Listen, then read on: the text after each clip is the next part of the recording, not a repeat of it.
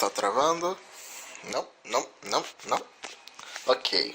Opa, LNB Sensei aqui. Hoje, por causa do Mochi, que fez um vídeo mostrando a coleção dele, eu resolvi também mostrar a minha coleção de Sword Art Online, focada especificamente nas light novels da obra. Então eu espero que o vídeo seja interessante. Desculpa qualquer coisa, eu sou péssimo gravando um vídeo, fazer blogzinho assim é a primeira vez na minha vida. E a gente começa com o arco de Aincrad, que são os volumes mais raros de se conseguir atualmente. Então eu sempre deixo eles no saquinho. Eu não li eles no físico, porque foi muito caro comprar eles. Então eu quero preservar o máximo que eu consigo. E aqui, o começo de tudo, né? Se eu não me engano, esses dois chegaram a ser publicados simultaneamente, então são algo de extremo valor para quem é fã de Sao aqui no Brasil e pretende comprar. Continuando, aí a gente tem o arco de Fairy Dance, que são os volumes 3 e 4. Eu adoro essas capas, as ilustrações desse volume aqui são surpreendentemente lindas. Chega até a ser um aspecto único desse volume, ter um modelo bem fora da curva do que o Abeck costuma fazer, de tão bonito que são. Então, tipo, caramba, muito lindo. Embora eu não sei quanto ao volume 1, mas o volume 2 eu ouço muita crítica com relação à tradução. Esse daqui eu também não cheguei a ler no físico, eu só cheguei a ler online, porque eu li só há muito tempo antes de comprar os volumes físicos. E eu não li todos ainda. E aqui nós temos o arco de Phantom Bullet, o famoso arco do Kirito trollando todo mundo. Esse daqui é um grande tijolo de volume. Ele não é o maior em número de páginas, só que esse volume aqui ele é o mais grosso, porque o tipo de folha é diferente dos volumes atuais. Então, por exemplo, o maior volume da série em número de páginas acaba sendo 18, entretanto esse daqui é o maior em grossura, se você colocar lado a lado. E também é um dos grandes volumes, eu tenho muita curiosidade em ler a versão da web novel desse volume, porque aparentemente o Reiki alterou ele, tipo, 70% do conteúdo em relação ao que era na web novel. Então eu tenho muita curiosidade para saber o que foi alterado e o que permaneceu também. E nesses eu já não deixo lacrado, porque não tenho saquinho, só consegui cobrir os 4 primeiros volumes, e conforme eu for conseguindo mais, eu vou lacrando o resto. Aí aqui nós temos Mother's Rosário e Erlen Late. No caso, os dois são volumes de side stories, só que esse daqui é uma única side story, que é a história da Yuki, né? Enquanto esse daqui é um compilado de várias histórias curtas de Sao. Que muitas dessas histórias que estão nesse volume foram distribuídas entre a primeira e a segunda temporada do anime. O volume 2 de Sao também é composto de side stories. Quando você pegar, você percebe que são contos curtos sobre a maioria das personagens femininas. E aqui a gente tem o primeiro arco de Alicization, que é o arco do Império Humano. E esse daqui foi o primeiro volume de Sao que eu comprei, tanto que ele é o mais desgastado, o que eu mais folhei. E atualmente eu também estou relendo ele aos poucos para construir o roteiro para o nosso podcast de Sao. E aqui as continuações, esse volume aqui, depressivo, lendário, um dos melhores de Sao até hoje. É basicamente só a luta final contra a Quinella. Então ele é tipo insano demais. E foi aqui que entrou a melhor tradutora de Sao, que foi a Gabriela Takahashi. Dos volumes físicos, ela é tipo, traz a essência da obra, traduz tudo bonitinho. A partir do volume 14, eu considero que Sao ficou aqui no Brasil com uma tradução impecável, basicamente. Pouquíssimos erros, assim, pouquíssimas reclamações. Antes aqui, eu consigo fazer sequências de vídeos inteiros só explicando a quantidade de erros que foram feitas aqui, e que a partir daqui em diante teve que seguir essa lógica já pré-estabelecida anteriormente, como o Reino da Humanidade, Providência e vários outros termos que, por algum motivo, eles não traduziram corretamente, o que é extremamente angustiante quanto mais você se aprofunda nisso. E aqui a gente tem o quarteto de volumes que compõem a Guerra de Underworld, o volume 15, que introduz vários novos personagens e as consequências do que tudo aconteceu na Batalha da Catedral, o início da guerra, o volume mais caótico da obra. Meu Deus do céu, esse volume aqui é tipo frenético, você lê ele e não para de acontecer coisa. E esse daqui é simplesmente o maior livro de Sao em número de páginas, e também o melhor livro de Sword Art Online, o livro mais incrível que eu já li na minha vida. Chorei lendo isso daqui muitas vezes. E uma das melhores coisas em relação a esse volume, o volume 9 também tem. Ó, que legal. Aqui. O volume 9 também tem esse posterzinho, só que ele é mais distribuído dentro do volume. Aí, quem lembra do final do anime?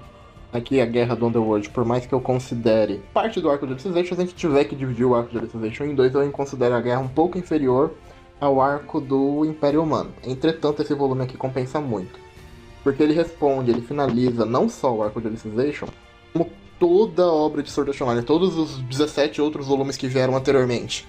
até Progressive, se a gente for ver isso a fundo. Então ele é muito importante, ele é muito incrível, ele é muito... As mensagens que esse livro transpõe são insanas, eu adoro esse livro com toda a minha força. E aqui nós temos os 2 volumes de side stories extras de Alicization, que por enquanto só tem em light novel. Interessante, a gente tem isso no Brasil, mas não tem uma adaptação em mangá. Ao máximo que a gente tem uma adaptação em jogo do Sword Art Online no Last Blading, só que com muitos acréscimos originais, porque o Last Blading, querendo ou não, é um universo paralelo. 22, que eu deixei aqui do lado, porque ele também é um volume de side story, que nem o volume 2 e o volume 8, ele é um compiladão, tanto que é o volume que eu tô lendo atualmente, no caso, relendo, né? Falta só a última side, que é a história, uma side story da Yuki. Sim, e é uma história da Yuki de antes dela conhecer a Asuna, basicamente, quando ela começou a se aventurar em mundos virtuais. Esse livro aqui é muito interessante, porque as sides são tanto paralelas. Ele é um especial de 10 anos da obra, se eu não me engano. Nós temos uma side que basicamente introduz a Argo de verdade no universo de Sao. Ela aparece no volume 2, só que tipo mais menção. Tem uma side da Asuna que é muito legal porque ela se reencontra com a Sati, por causa de eventos muito específicos com o sistema cardinal. E pelo Alfheim Online ser uma cópia dos servidores de Sao. Uma continuação do Extra Edition, aquele OVA entre a primeira e a segunda temporada de Sao. É muito absurdo esse livro. E a história extra da Yuki, a irmã dela, a irmã mais velha, que ela espelhou na Asuna. E essa daqui ela chegou a ser mencionada no livro principal, acho que no anime também. Só que ela veio falecer, porque todos aqui, né, estados terminais. A história de Moon Cradle, retornando um pouco, ela se passa 2 anos depois do final da guerra, na perspectiva do Underworld, quando ele ficou preso lá, acelerado em 5 milhões de vezes. Então aqui é um acontecimento específico, no caso, ele é a origem de uma guerra que aconteceu por quase 180 anos dentro do Underworld. 180? Não, quase 100 anos só. Quase 100 anos só. No caso, vai mostrar que aconteceu uma guerra civil, aí depois as consequências dessa guerra civil, e depois a gente vai descobrir exatamente o que aconteceu e as consequências disso em Unitar Ring, que é o arco atual, onde todo o volume a gente tem novas informações do que aconteceu nos 200 anos. Inclusive, esse livro é protagonizado pela Roni. Esse daqui é o bebê da Fanat do Bercole, novos Cavaleiros da Integridade, no caso não novos, mas esses Cavaleiros antigos que não foram mostrados. E aqui é problemáticas de capa dupla em um livro que não tá tão bem assim impresso. As ilustrações aqui são mais tranquilas, mas o final desse volume aqui é bem tenso. Plots, twists e coisas que até hoje precisam ser reveladas. Principalmente sobre como eles descobriram todas as coisas que eles fazem, é um mistério muito grande. E aqui tem uma das ilustrações mais bonitas de Sao, que é basicamente, no caso como o Kirito virou tipo um deus basicamente nesse mundo, então ele é tratado como um deus ex-máquina ambulante. Então é um tópico interessante até pra abordar em Unitar Ring, mas vou esperar um pouquinho pra falar sobre. Enfim, todos os volumes têm esses artes chibizinhas no finalzinho. Não mostrei de todos, porque é chatinho ficar mostrando. Então esse arco aqui ele é um tanto quanto exclusivo pra novel, o que eu acho interessante. Aqui, o Scan e a Sheita casaram, eles também têm uma filhinha. Aqui, ó. E aqui nós temos os volumes lançados no Brasil do arco atual, o Sword Art Online e Unitar Ring. Esse daqui é o volume 21, 22 é aquele livro de side stories que eu mostrei. E continua no 23, Unitar Ring 2. Os volumes 24 e 25 já estão à venda, você pode ir lá na Amazon e na site da Panini pegar, se não me engano, daqui a pouco eles já estão saindo da pré-venda, já estou entregando alguns, inclusive. O arco começou em 2018 e vem sendo desenvolvido desde então, ele não acabou ainda. E esse arco basicamente vai desenrolar uma trama onde todos os mundos virtuais criados pelo Decide Nexus são unidos em um, o famoso Unitar Ring. E, entretanto, paralelamente a isso, há um invasor que está dentro do Underworld, e o Kikuoka, novamente, aqui a Argo entra canonicamente no grupo principal da história nesse arco, que é muito bom. A Argo é perfeita, a Argo é linda, ela é maravilhosa, ela é deusa, tanto que é best da Asuna. E junta a galera toda lá. Enquanto isso, o Kikuoka chama o Kirito pra fazer uma missão de investigação lá dentro do Underworld.